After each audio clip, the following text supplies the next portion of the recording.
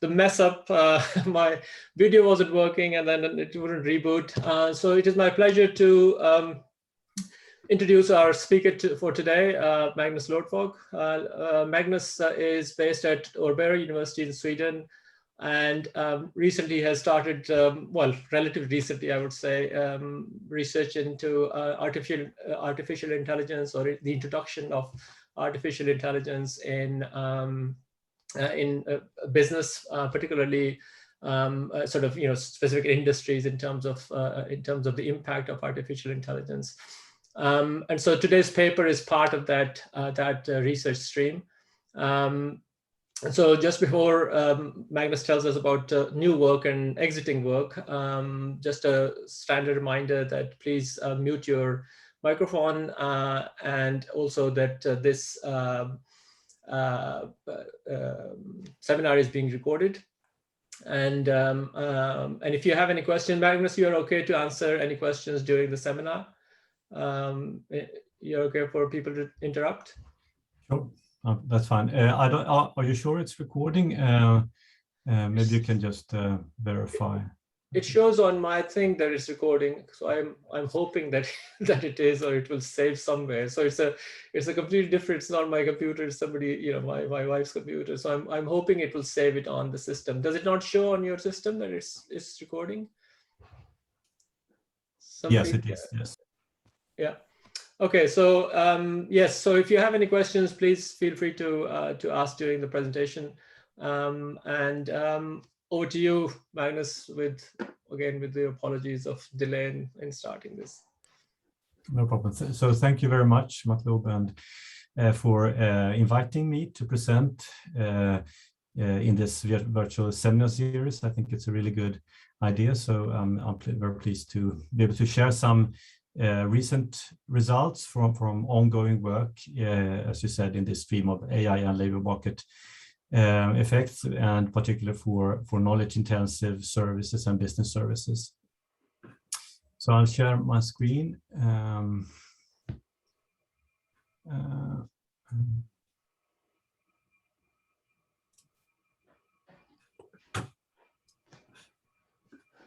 Sorry.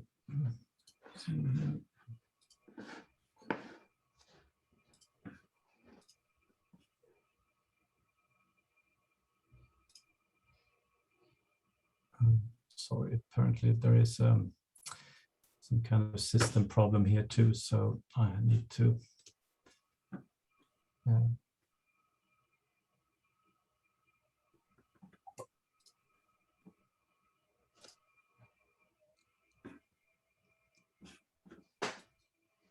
see if it works.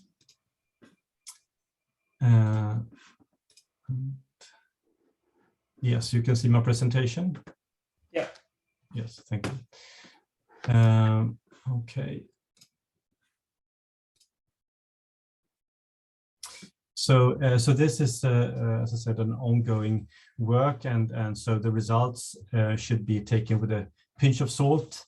And it's a work together with Erika Ingberg, Hildegard Kvik-Nordås, Radka Sabolova, and Aili Tang. And it's work funded by the Erasmus Plus funded Jean Monnet Network, Trade in Investment and Services Associates, and also by the Tom Hedelius and Java Lander Foundation. So basically what we're interested in is the dynamics of work, the extensive margin, if you would. So, and to relate this to artificial intelligence but also to globalization, and just thinking about and looking at jobs appearing or disappearing, we see that, for instance, automatic data processing operators was a job that was quite common in the 80s and 90s, but has since vanished from lists of job titles in the mid-2000s. Whereas we see new types of job titles like life coach is a new title in Sweden, and being a drone pilot or being a deep learning specialist. So we find it interesting to analyze this, and we haven't seen much work in this realm, and we think it's really relevant. We hope so, at least. So so the overarching question, of course, is what happens to today's jobs? Will many jobs be lost to either intelligent machines or to foreign labor through globalization or an integration into global value chains? And what happens to earnings? So, of course, this is nothing, these questions are not new under the sun. So looking at the magazine Der Spiegel in the 60s and 70s and 80s and like in 2016, it's been like a common theme every now and then coming up, articles or front pages about automation or the computer revolution and which occupations will still be around in a few years' time. So this is it appears like it's something new and revolutionary, but it's coming each decade. We see these kind of front pages and these kinds of discussions related to technology. So the question is, of course, is artificial intelligence different, or will it have a more major impact?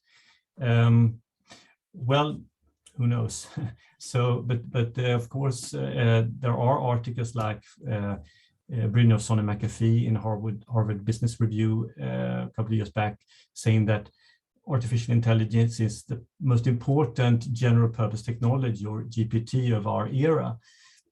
And looking at investment, looking at investment in or looking at performance in artificial intelligence, we see that before the mid 2010 decade, we didn't see that computers could outperform humans in terms of recognizing images, but since then they can actually do that. So they outperform humans in that types of tasks.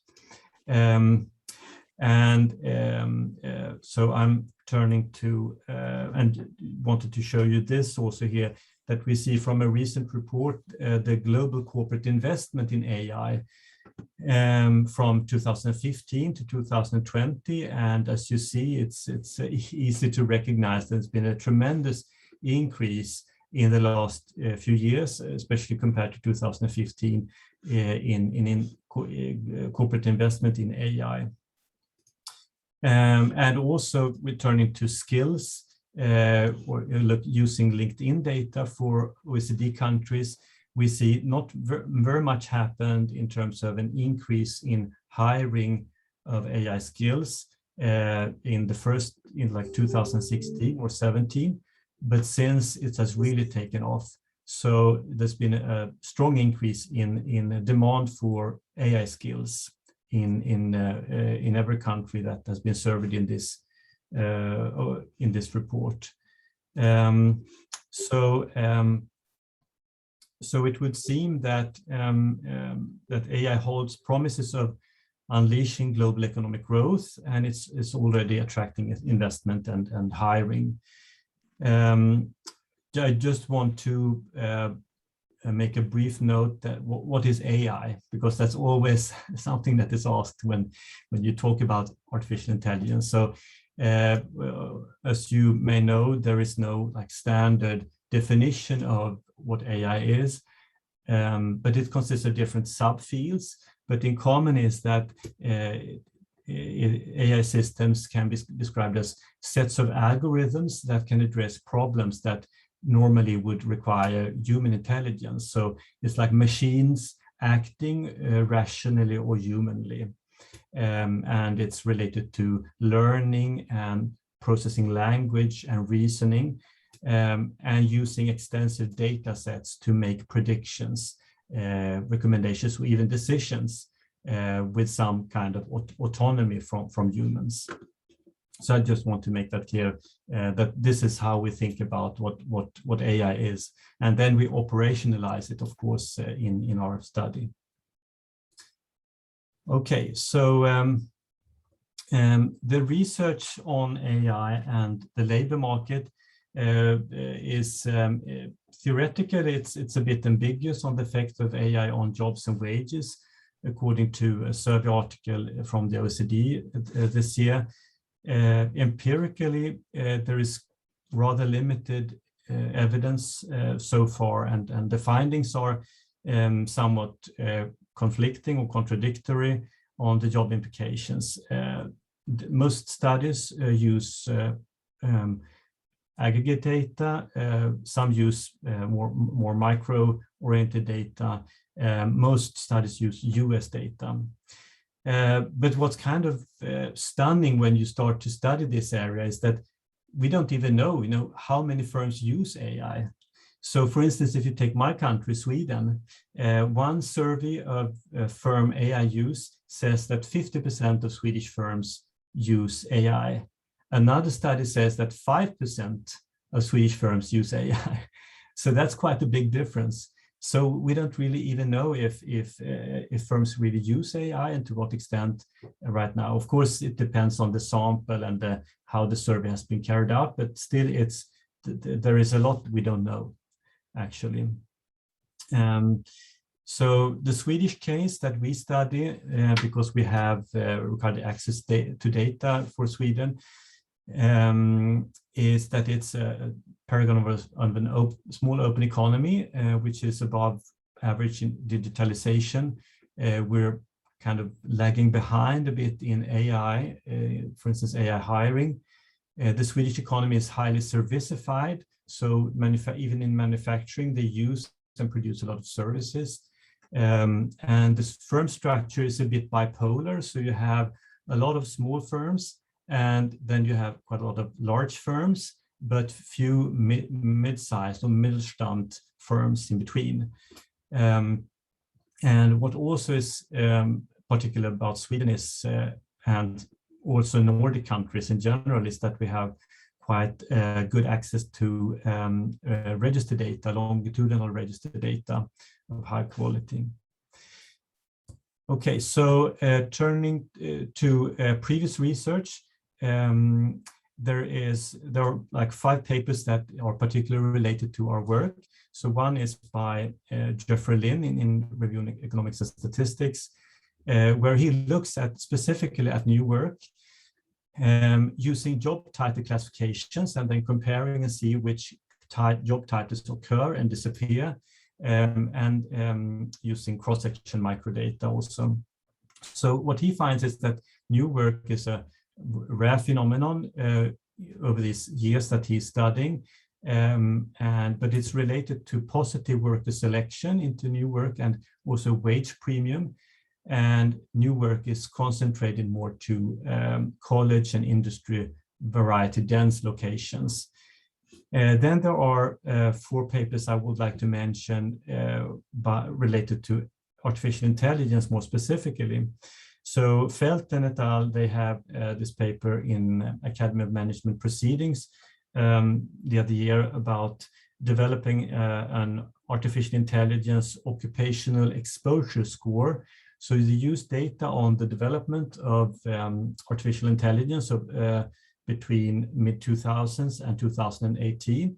And then they relate the development of artificial intelligence to abilities, and then relate the abilities to occupations using ONET data to arrive at this AI occupational exposure score for occupations.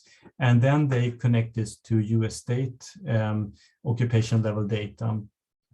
And they find that there is more employment growth for occupations that are more exposed to AI, and there is particularly positive employment relationship for high income, but also for highly automated occupations, and relatively positive wage relation for less automated occupations. Then there are 3 studies where 2 of them use burning glass technology, job ads data, Asimoglu et al. And Alexeva in labor economics. and one of them used a pooled panel individual sample survey data from the US. Some highlights here is that you find heterogeneous effects of artificial intelligence exposure for skilled and for older workers. So various types of workers are heterogeneously impacted if this is a causal relationship. When it comes to Acemoglu paper, they don't find much of a wage impact, but they find a positive relation between an occupation being more exposed to AI and the hiring of AI, people with AI skills, and a negative relation between being highly exposed and non-AI hiring. And the Alexeyev paper find wage premium for AI skills. So these are just some highlights, but in none of these papers much is said about or much focus is on the dynamics in terms of new and exiting work. And in this realm, we contribute, hopefully. So our research questions are basically, so what's the prevalence of new and exiting work, particularly for KIBS, knowledge-intensive business services, related to AI and globalization? Secondly, what are the detailed characteristics of the new and exiting work, and what does firm demand and workers' wages look like in new and exiting work?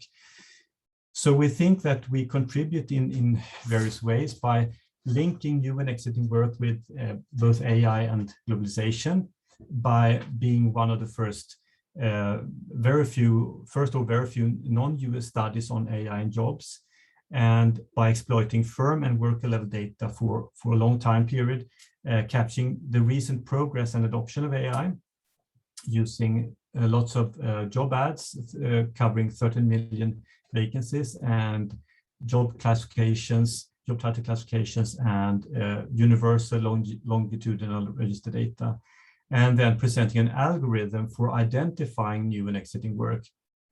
Because as you will see, if we note a new job title, that might not be really new, or if we find a new occupational code, that might not, is that a really new work or not?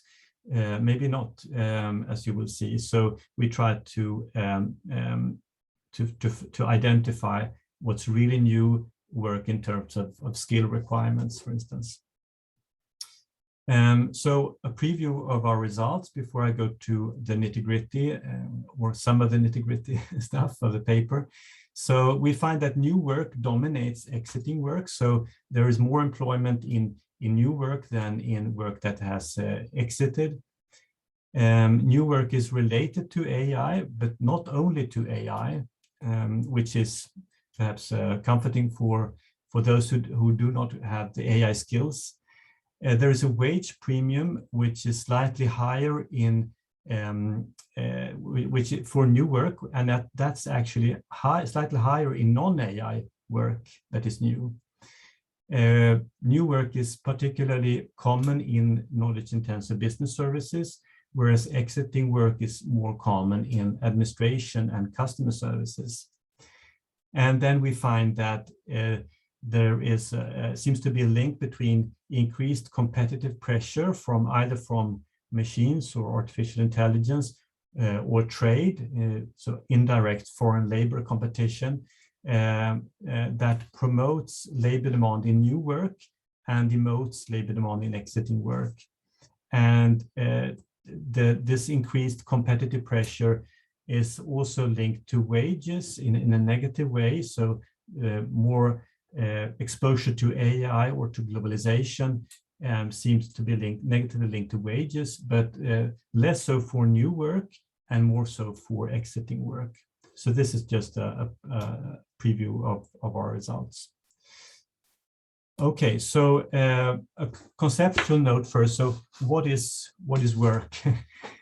So work, I mean, based on the work by author, you can view work as bundles of detailed and interlinked tasks that are offered on the market.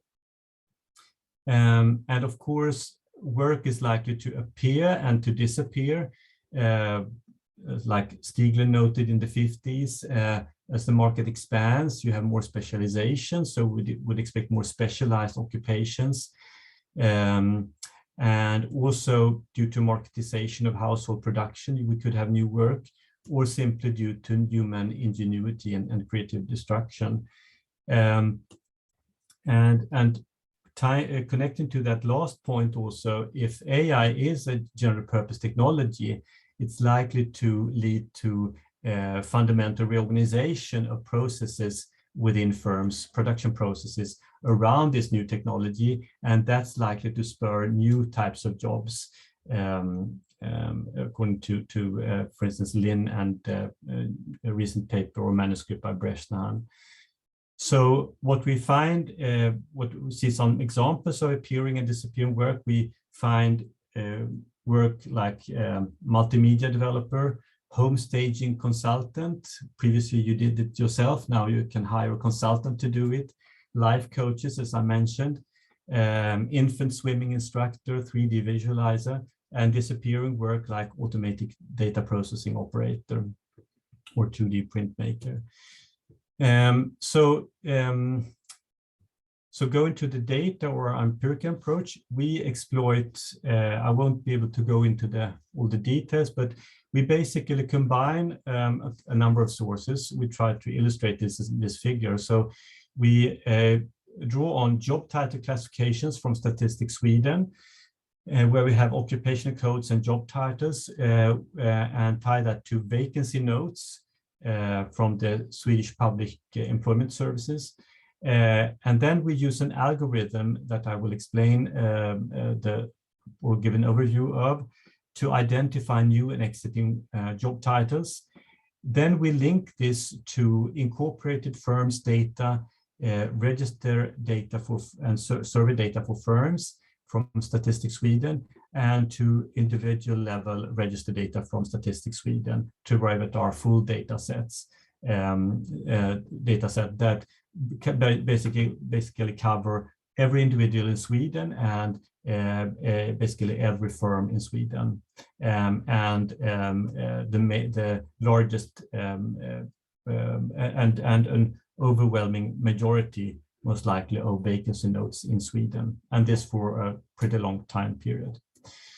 So the job title classifications we use like Lin did in his 2011 paper. So we compare job title classifications, and we don't think anyone has used them for these purposes before. And there are some caveats with this, so we will use another approach to verify this, and mainly perhaps have that as our main strategy. But for now, we've used these job title classifications, which provide really detailed information about or disaggregation of jobs, rather than relying on ISCO or like 429 ISCO occupations at the 4-digit level.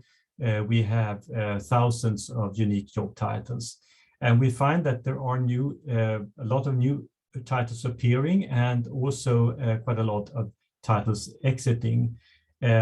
But what's interesting here is that most of the new titles or the exiting titles, they appear in a small share of the occupations. So it's quite skewed, this distribution, and particularly high in the knowledge-intensive business services.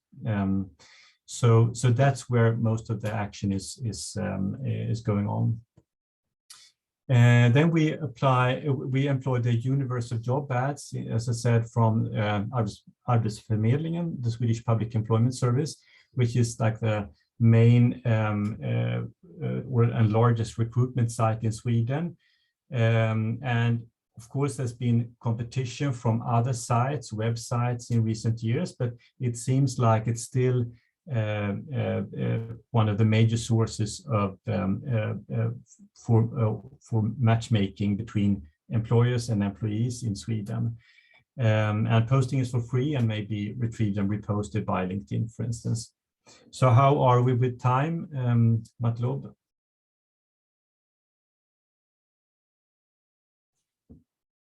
Yeah, we should be all right. You have only 20, so you have basically another 40 minutes. Fine, yeah.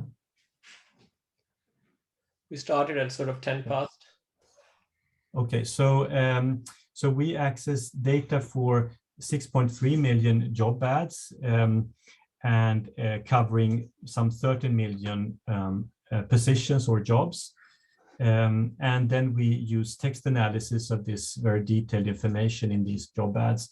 We also have another source, this major Swedish broadsheet paper, Dagens Nyheter, which we have started to access data, but we will use it for verifying our results, but we haven't done so far because of this is ongoing work. So yeah. Sorry, Magnus. And then we use register data from Statistics Sweden. Magnus, can you hear me? Sorry. There's a question actually from John, and there's one from me as well. Can you see the chat? Or should I? No, okay. John, do you want to ask it? Do you want to unmute? Sure. Yeah, thanks very much. Sorry to interrupt. I was just asking about how you connect the Swedish versions of the job titles to the English versions of the job titles. And it sounds like a lot of what you're doing is very nuanced, and so these translations are obviously going to matter, because all of the ONET stuff is in English and all of your administrative data is in Swedish. Yeah, so basically it's Erik Engberg, co-author to the paper, who has been working with this translation between SOC, the standard occupational codes in the US that is used for the ONET database, and then link that to the Swedish occupational classification SSYK, which is in accordance with the ISCO, the International Standard Classification of Occupations. So there is some work to be done there, but that's not a major issue. The more major issue is actually a break in the time series or a break in the classification around, I think, 2008, 2007, 2008. And I won't be able to go into the nitty-gritty of that, how to create a consolidated occupational classification there, but that has been something that we have had to spend some time on. But yeah, so was that enough of an answer? Or Sure, thanks. Thank you. Sorry, Magnus, could I just, you mentioned on the previous screen, new and exiting titles, job titles. Is there kind of a possibility of renaming of the titles? So they're not really exiting, they're just kind of, and that might relate to the translation part of it as well, if you see what I mean. So it's not necessarily that the titles are gone. Actually, well, it depends. I mean, they appear in these classifications. So you have these job title classifications from Statistics Sweden, and they are really eager to have these job title classifications updated, because they use them, for instance, when they conduct interviews for different surveys at Statistics Sweden.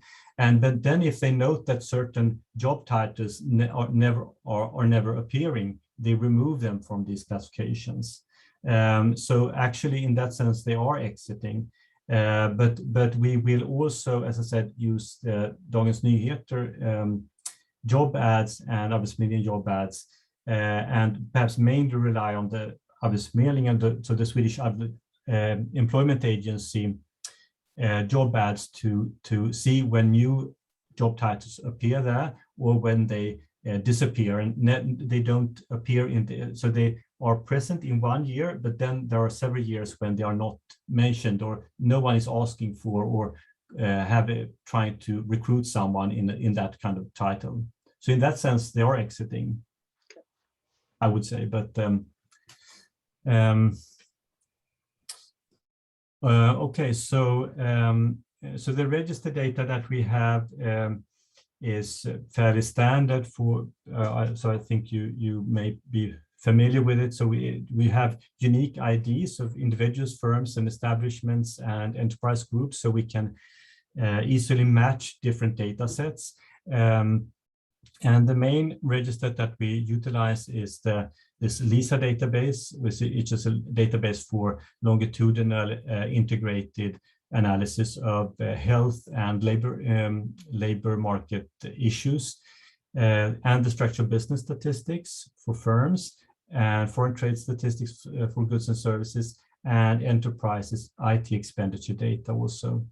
Additionally, we use data on the universe of incorporated firms in Sweden from a commercial company called Bisnode. So we also have to define, of course, if you want to study knowledge-intensive business services, what is this? Or knowledge-intensive business services occupations or industries. And as with AI, there is no like universal definition of this, so we have to define it ourselves using or try to find an appropriate definition. So we have surveyed and looked for how do researchers define KIBs, and then try to see what is the union or most reasonable operationalization of KIBs in terms of industries and occupations. So it won't be a subjective judgment, but we more like use a formula to decide what is a KIBS industry, or which are the KIBS industries or the KIBS occupations. So this results in some 16 5-digit industries that are KIBS industries, and between 60 and 100 occupations that are considered KIBS occupations. So of course, here we could use different cutoffs or in the formulas to arrive at slightly more or slightly fewer industries occupations, but we will of course run robustness tests with this. But I think it seems like we capture what people usually mean when they talk about these sectors and occupations. Okay, so what's really kind of at the heart of this paper is, what is new work, what is exiting work, as you, Matlab, touched upon also. So, for instance, is a TikTok psychologist, is that a new work or not? As one of the co-authors said that had seen an article about a TikTok psychologist. So is that a new work? Or if there is a split of works like barrister, is that a new work because it was split from the common occupational category of barristers and attorneys? Or is annonsberedare, so preparing ads, is that a new work? It's been reclassified from one code to another. So the swapping of codes. So we would say, I would be a bit hesitant to call all of this new work, but if we wouldn't be careful, we would classify it as new work, and then we would, of course, get results that would be different than if we didn't include them. So to address this issue, we have devised an algorithm that exploits the richness of job ads data, the 13 million job vacancies that we have access to. So basically, I won't go into the details here, but basically in the first step, we generate a standard job ad for a new job title that appears. And we define this new job title in terms of its feature fingerprint. So what kind of skills are required in the job according to the job ads in this new title. And then we do the similar thing for existing titles from the previous year. So we define for each job title a standard job ad in terms of the feature fingerprints skills for that job title, for each title within the same occupational code as the new job title. And then we compare in the third step the two standard job ads, the new and the exiting, or the new and the existing so we compare the new title with each and every existing title in that same occupational code from the previous year. and use a cutoff value to determine, based on the features in these job ads, to determine if it's a really new or not new. And then we decide, is it new or really new? So the title is really new if it does not resemble any existing title within the detailed occupation. So this is the algorithm that we propose. And it has some pros and some cons. And I hope the pros are in majority. So the pros are that it's easily applied to any job ads data set. It purges from renaming and splits and merges and code swapping within detailed occupations. It's purely based on the detailed characteristics of new title job ads.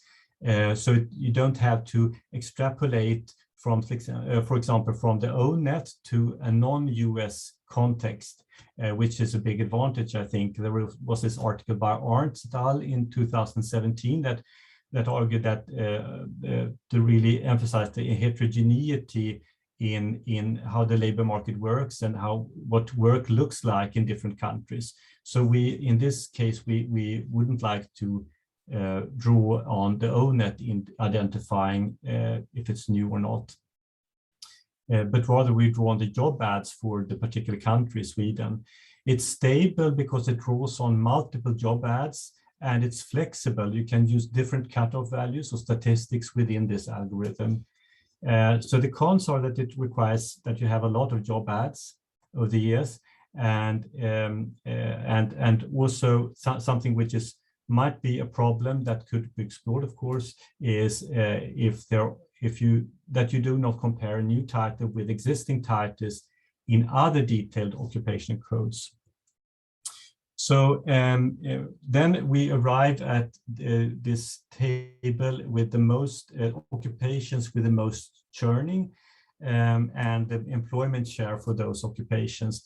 And this is very preliminary. So, but it seems like the occupations that are more frequent or the most frequent when it comes to having new work are KIBS occupations, so in bold. So ICT specialists, fire and building inspectors, engineering professionals, chemists, and whereas in exiting work you have various production managers in agriculture, in education, and you have for instance, hairdressers, barbers, beauticians, and related workers. But this is just some indication of what we're finding, and I think this will be a bit different when we apply the algorithm to the job ads, rather than to rely too much on the job title classifications that we're currently using. I had hoped to have the new results ready, but we realized the other day here that we wouldn't have them ready for today, so I'm sorry for that.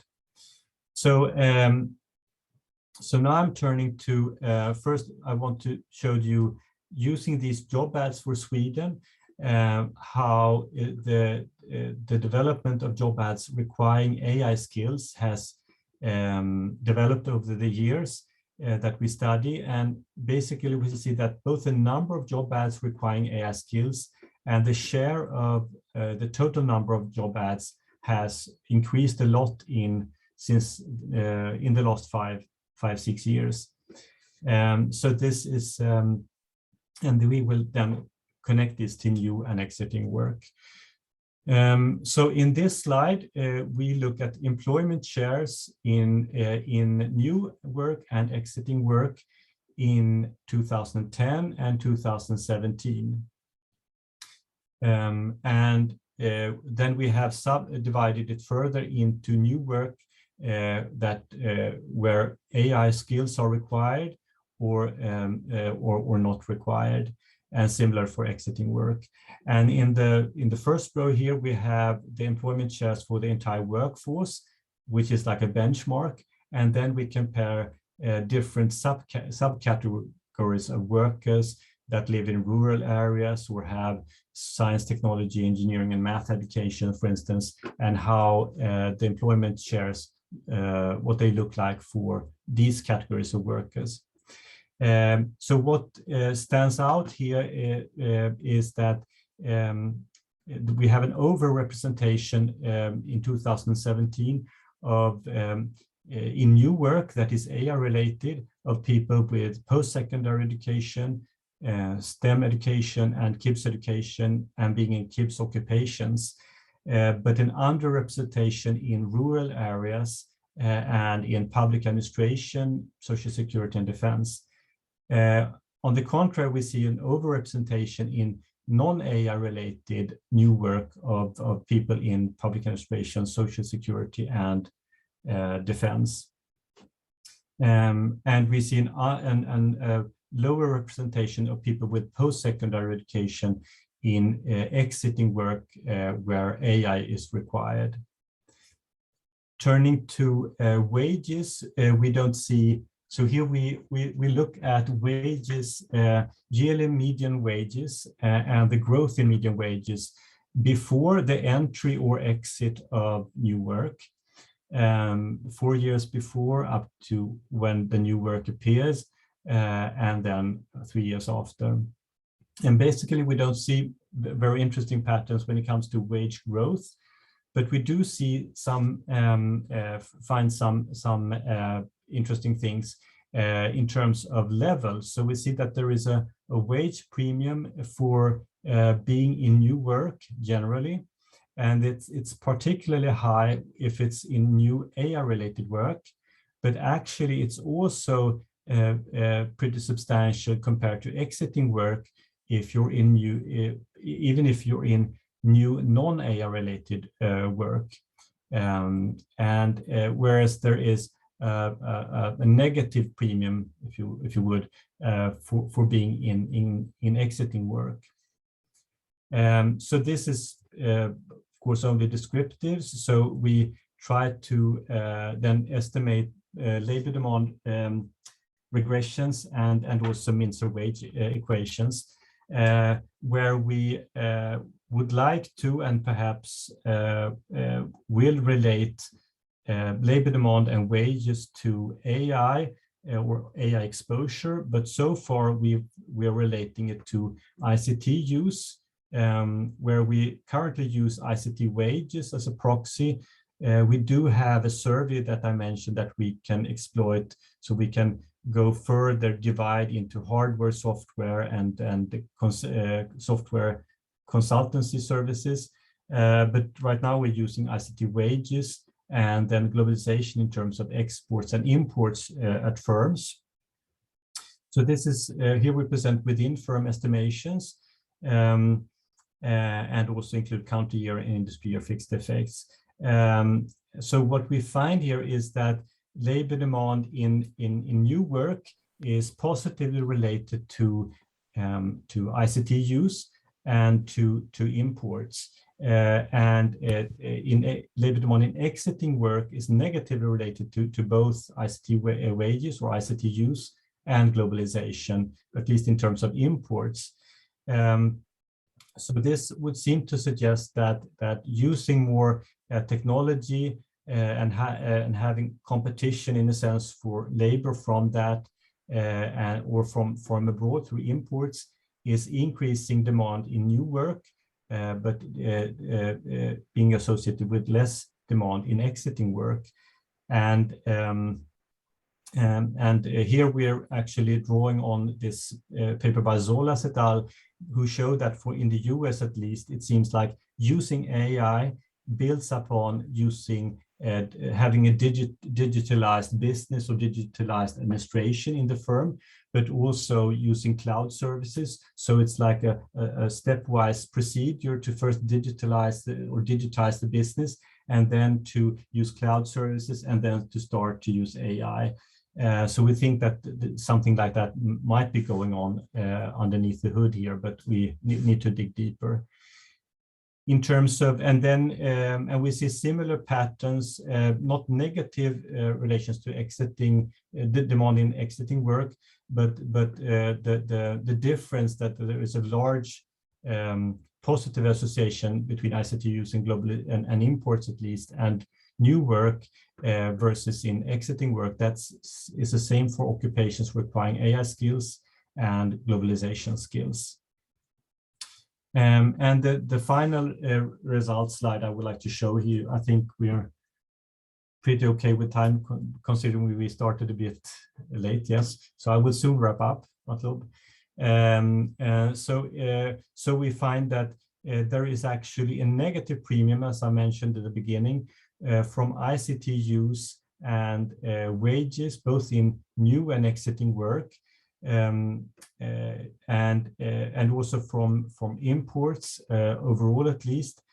But when it comes to new work, when you compare wages in new work and exiting work, running minimum wage educations with all the standard fixed effects to control for unobserved staff, we find that this negative premium is particularly strong for exiting work and much weaker for new work. So therefore it's advantageous to be in new work in a sense. So to conclude, we find substantial work churning and AI development and hiring. We see that there are net employment gains, that the churning of work is much higher in the KIBS industries and occupations, and that new work is linked to wage premium also in non-AI related work, and that I think that's important to note. And it's also associated with new work associated with post-secondary education, being a woman, being in urban areas, whereas exiting work is associated with limited schooling, being in administration, customer services, or public administration. And then the last results I showed you seem to indicate that there is a relationship between increased competitive pressure and positive labor demand in new work, and negative effect on labor demand or association with labor demand in exiting work, and that there is a less of a negative pressure on wages in new work versus in exiting work from increased pressure from technology or globalization. So overall, our findings may suggest that AI actually complements workers in new work. So it's not only about having AI skills, but actually benefiting from the new technology in new work overall. And I think this ties nicely, and we should tie better to the recent paper, for instance, by Bresnahan on AI being a general purpose technology, so that transforms production processes and therefore leads to new work, not just changing the detailed tasks that are being, so detailed tasks are being automized. So that's basically a brief snapshot of the current state of the paper. Thank you. Great, thanks very much, Magnus. Any questions? I know there are a couple by you, Rama. Has those been answered by Magnus in towards the end, or do you want to ask them?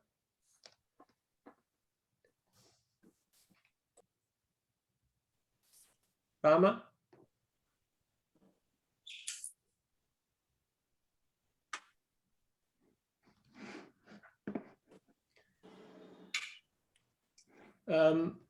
Okay, so maybe yes, I think let us give. We can answer them later, no problem. Okay, Klaus, you have a question? Yeah, I of course a very great talk, very interesting, of course, fascinating. Also, the difference between exiting work and exciting work has to be recognized. A very nice title. Now, many people are still concerned about the rise of AI work, and your paper seems to, however, confirm other observations that it may not be as dramatic. The question is always the benchmark. Yes, I mean, in the history of mankind, so to speak, we have seen, or at least in the last few hundred years, we have seen lots of changes and they all went with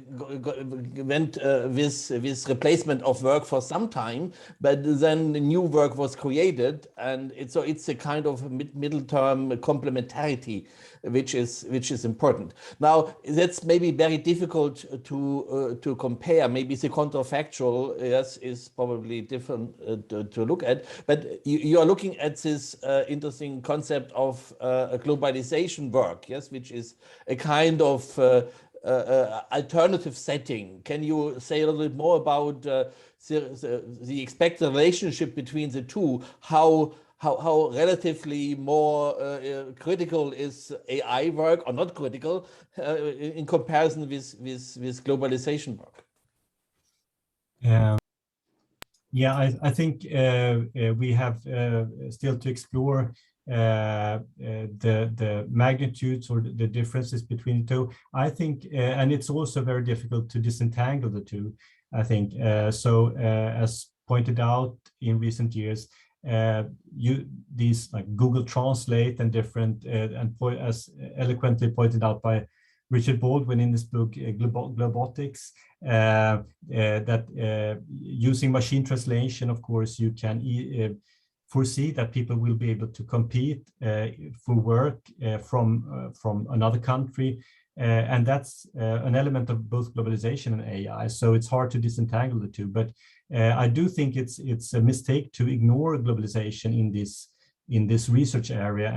And I would like to try to incorporate a control for one or the other when you're looking at the two concepts, and to try to estimate their different contributions. Thank you. Any other questions? Magnus, I just put in chat.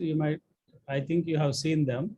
My question is about, you are talking about the new work is not alone a artificial intelligence. Then what dimensions that you want to really include there in new work? And another one is, see that from your slide only I picked that is change, the new titles that were added in the jobs, 2,605, and the titles that lost are 1,546. That means there was a positive margin of more than 1,050. That means the new work has a positive impact on it, including that of the, artificial intelligence. Then what are your implications? And moreover, I think we have to go beyond numbers. Yeah, just numbers may not give us the real situation and on the ground, because what I understood out of your your research is more done with that of the classification of the titles and then their changes in it, and which may not really reflect what is happening there on the ground.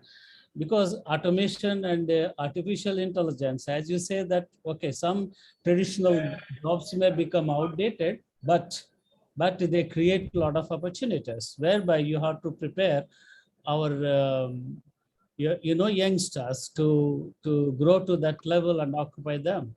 That's what the things are happening there. And just 2 years ago, or even 1 year ago, in India, Amazon was not leader, but today in remotest parts of the India, people are talking about Amazon. I know you get from the Amazon. So that's the people have gone change the mindset, and so is also the case here with that. Thank you. Yeah, so thank you, Professor Rao. So I would say that on the first point, that new work is of course not only related to AI, and as I mentioned, there might be like the market is increasing in size. You have further specialization. It might not be related to technology specifically, or you may have marketization with work being done in the household that is then professionalized. Or simply creativity in terms of sports or whatever. So, but I think it's important to not ignore any one of these. So it's definitely not alone related to AI. But I mean, I would foresee us with any kind of GPT technology that the adoption will be maybe a J curve. So you first have quite slow adoption and then more and more adopted, and then it will have a larger impact. So this ties also to Klaus' comment, perhaps, that I mean, we would like to study this with decades of hindsight, but we try to do our best, and we still explore at least almost 2 decades of data, and I think that's including this, both the AI winter, so-called AI winter, and AI summer. When it comes to job titles, of course, you can't just look at, as you said, Professor Brau, at the number of titles, because you don't know how many are employed there, and the importance. And that's why we're looking at, how many are employed in new jobs, new job titles, or occupations with a lot of new job titles versus exiting job titles. And I think these results, as I said, the numbers also of titles will change when we go to more robust data. So, but this is, I think, the direction of the results seem intuitive, at least to us, and I think that will stand. Thank you. Okay, any other questions? Okay, then we actually made it perfectly to 2 o'clock, or 3 o'clock your time, I suppose. Thank you so much again, Magnus, for a very interesting talk, and thank you for everybody to contribute. There's a clap going around the world, and for other people, everybody else, we will have the next seminar first Thursday of October. So until then, goodbye. Thanks again, Magnus. Bye. Bye.